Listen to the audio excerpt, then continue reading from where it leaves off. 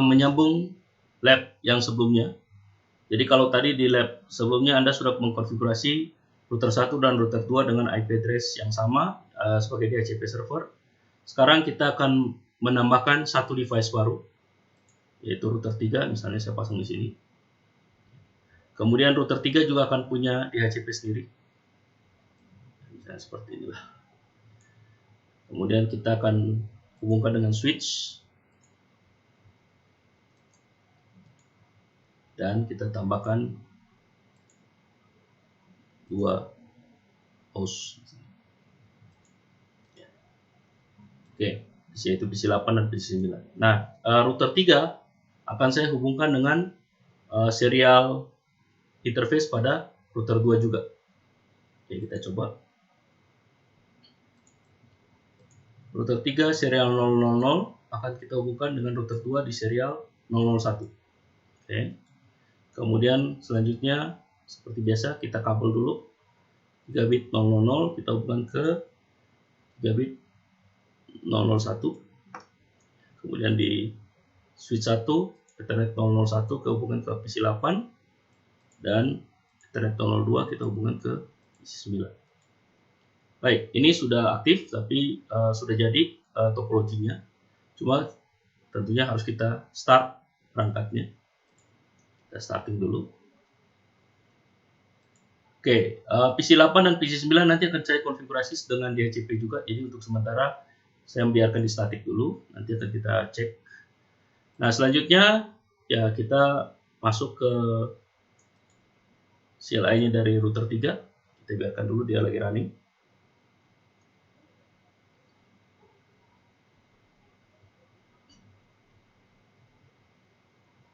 Oke, sudah muncul. Langsung kita system view, system name, chat 3, router 3. Lakukan hal yang sama seperti yang tadi, initial configuration. Cuma di sini di jaringan dari router 3 ke router 2, kita akan menggunakan IP address yang sedikit berbeda. Tentunya beda jaringan. Jadi di sini kalau saya pakai 1.0, mungkin di sini saya pakai 10.0 boleh. Misalnya kita bikin di sini 192.168.10.0/24 dengan di router 2 kita kasih IP address-nya adalah .1 dan router 3 kita kasih IP address-nya adalah .2 misalnya.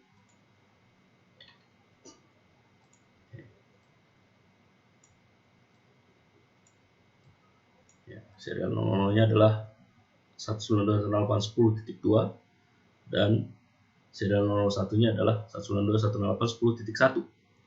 Nah, untuk sementara untuk PC 8 dan PC 9 sama, router 3 juga akan saya konfigurasi sebagai DHCP server.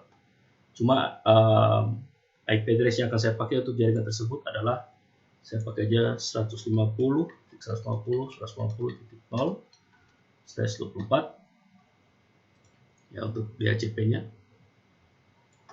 Oke, mari kita konfigurasi dulu di router 3 terlebih dahulu ya. Kita masuk ke router 3. Kita masuk ke interface serial 0/0/0. Kemudian IP address adalah 192.168.10.2 spasi 24. Kemudian setelah itu kita masuk ke interface 3 bit 0/0/0. IP address-nya adalah 150.150.150.1. Ya, jadi IP address dari interface router biasanya kita kasih IP address pertama spasi 24. Oke. Ini sudah muncul, sudah selesai. Nah, sekarang kita mau mengkonfigurasi DHCP seperti tadi. Ya, kita boleh di sini kita bisa DHCP enable. Oke, di router 3 DHCP enable.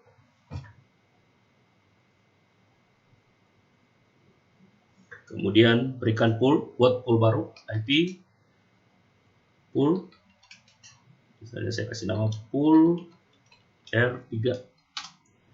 Oke. Tinggal masukkan network buat tadi. Network 150.150.150.0 spasi mask 24.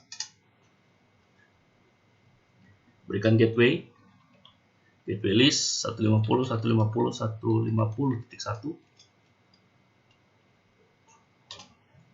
DNS list juga sama 150.150.150.1. Oke. Kemudian list day-nya di sini saya kasih, misalnya saya tidak pakai list day tapi saya pakai hour aja, misalnya let's say tiap 1 jam misalnya.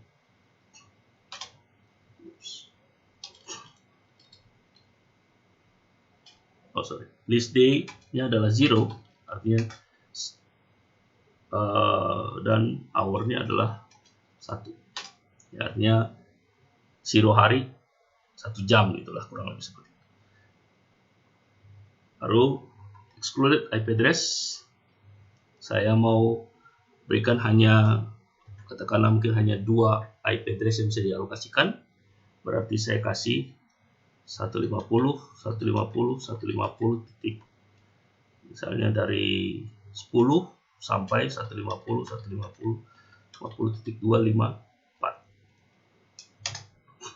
Oke, jadi IP address yang nanti akan bisa diberikan oleh si router ini dimulai dari 9, ya, artinya dari 2 sampai 9. Oke, kemudian setelah itu kita masuk ke interface gigabit 000 dan DHCP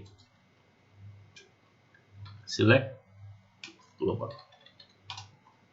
Oke, ini sudah selesai. Sekarang kita bisa tes apakah perangkat kita atau di hostnya sudah bisa menerima nggak. Kita pakai setting di PC 8. Ini masih kosong, IP config masih 000. Sekarang kita kasih DHCP, kita klik apply. Ini belum. Nah, tapi ini sudah muncul, gateway-nya sudah ada, DNS-nya sudah ada, cuma IP address-nya masih di request. So, nah ini sudah kelihatan.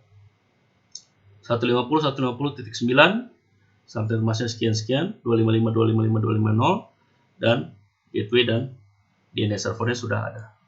Ya. Nah, selanjutnya untuk PC ke-9 juga bisa saya buat settings. Saya DHCP kan juga apply dan IP config.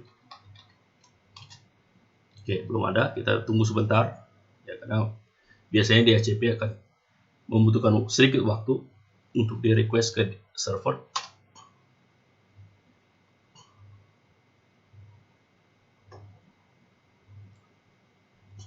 Ya, jadi PC 9 akan request dulu, kita lihat.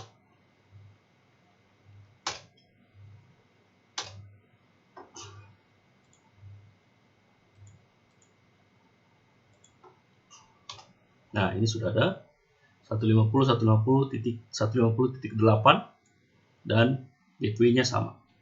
Ya. Jadi di sini saya bisa ping ke 150.150.150 titik tadi 9, pasti reply. Sekarang saya juga akan bisa ping ke 150.150.150.1 gateway-nya di sini, terus router 3 akan reply. Next, saya ping ke 192.168.110.2. Nah, ini sudah request emang. 192.168.10.2-nya request emang. Ya. Oke. Dan kita lihat di router 3, kita kembali ke router 3. 150 mas 24 10.2 24. Oke, sudah ada interface serial 0.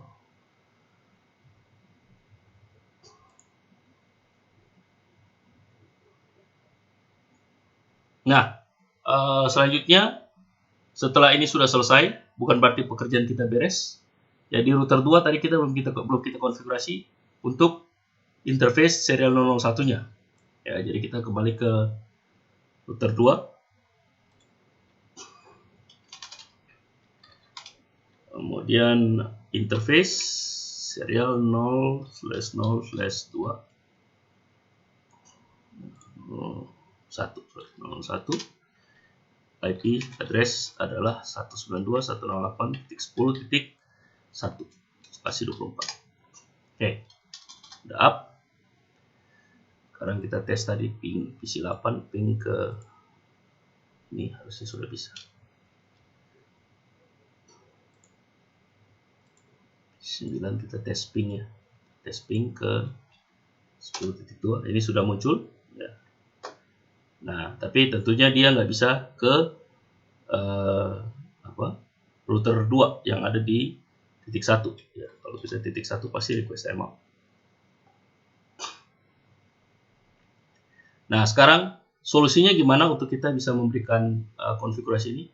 Langkah yang paling gampang tentunya adalah tinggal masukin aja di router 3 dan router 3 ke dalam OSPF. Ya, tapi di sini saya mau buat dengan menggunakan static root. Saya tidak masukkan router 3 ke dalam static root. Saya tidak masukkan router 3 ke dalam OSPF, tapi saya akan buat default static root baik di router 2 dan router 3. Ya. Nah, sekarang kita masuk ke router 3 terlebih dahulu. Ini saya klik dulu. IP spasi root static 0000. Ini adalah default static root 0000 spasi. Kita akan lempar ke serial 001 atau melewati 192.168.10.1 yang ada di router 2 lewat 192.168.10.1. Oke, itu sudah selesai. Nah, sekarang pekerjaan kita belum selesai karena kita juga harus mengkonfigurasi router 2 static rootnya. Ya, jadi saya klik dulu ini. IP root static.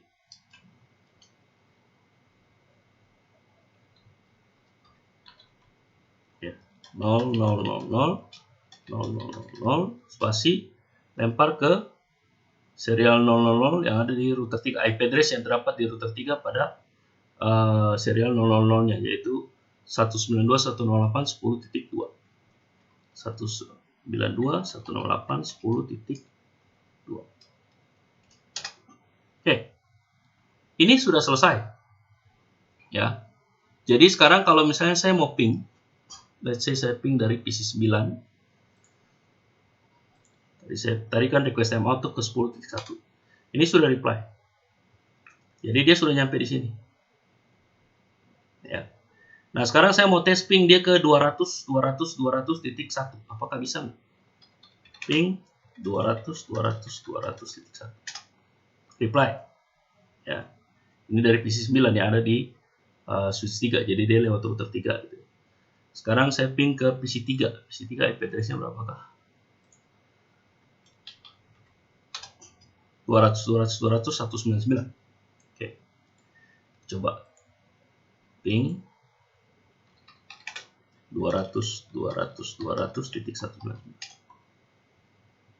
Oke, dia akan request timeout satu kali, tapi setelah itu akan reply. Ya, sekali lagi kita ke 198.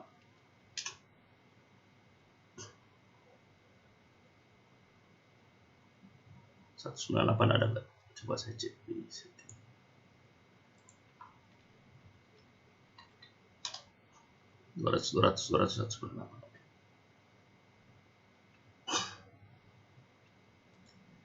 Ada IP address-nya sudah muncul. Oke, ini tadi ada request timeout, sekarang sudah muncul, sudah reply. Ya. Nah, sekarang berarti dari PC 9 atau jaringan 150.150.150.0 ini sudah bisa menuju sampai di jaringan bawah sini. Tapi apakah dia bisa nyebrang ke router 1. Ya, kita coba ping 192.168.1.1.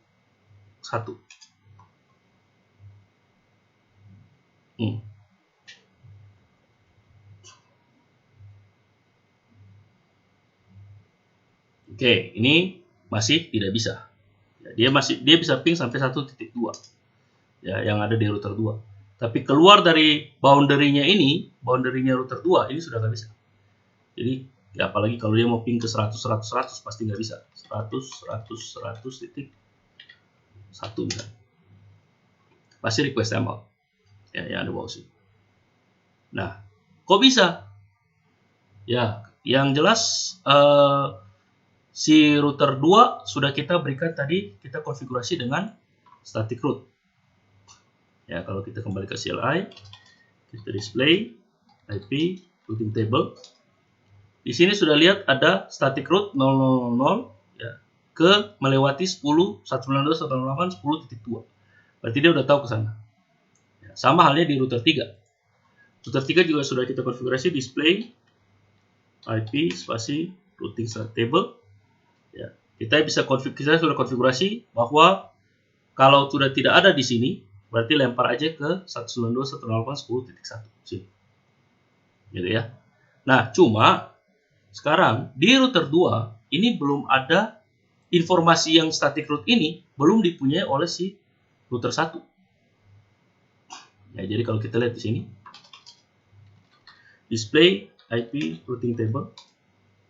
Nah, ini belum ada informasi mengenai static root yang dipelajari oleh si router 2 ini. Ya. Nah, gimana caranya? Caranya adalah kita harus propagate atau si router 2 ini harus menginformasikan bahwa dia punya static root, default static root yang sudah terkonfigurasi ke router 1. Caranya gimana? Caranya adalah kita masuk ke OSPF dulu. OSPF 1. Ya. Kemudian root.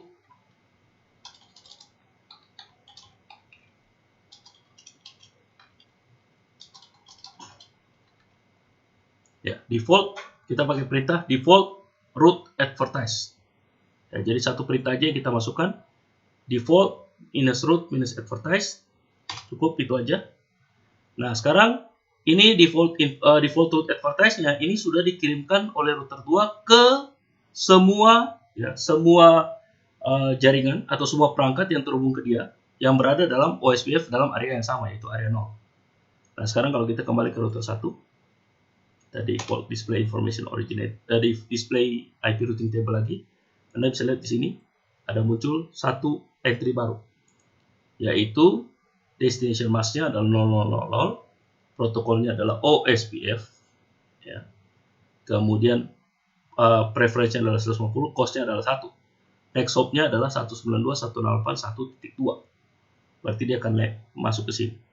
Jadi kalau udah nggak ada, dia akan lempar ke sini. Ya. Nah, sekarang dengan demikian kita bisa melakukan ping. Ya, yang tadi kita lakukan tadi nggak bisa kan? Masih nggak bisa. Ini 100.100.100.1 sudah tidak aktif, masih request timeout. Sekarang kita bisa ping dan pasti akan reply. Ini sudah reply. Berarti dari PC 9 sudah bisa sampai ke 100.100.100.1. Ya, sekarang kita tinggal cari tahu aja misalnya ping IP address si PC 1 adalah 248. Oke, kita tes ping. Ping 100.100.100.248. Ya, ini reply. Ya. Jadi kalau kita mau trace root,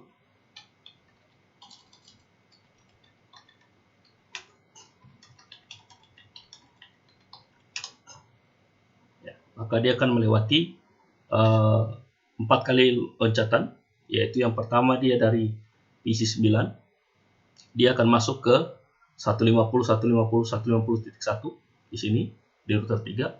Selanjutnya dia akan hop berikutnya adalah ke router 2 192.168.10.1. Kemudian dari router 2 dia akan hop ke 192.168.1.1 di router 1, dan dari router 1 akan dikirimkan ke jaringannya dia, yaitu 100.100.100.248. Jadi di sini ada 1, 2, 3 hop, 3 kali hop, 3 kali loncatan untuk bisa nyampe ke yang dituju.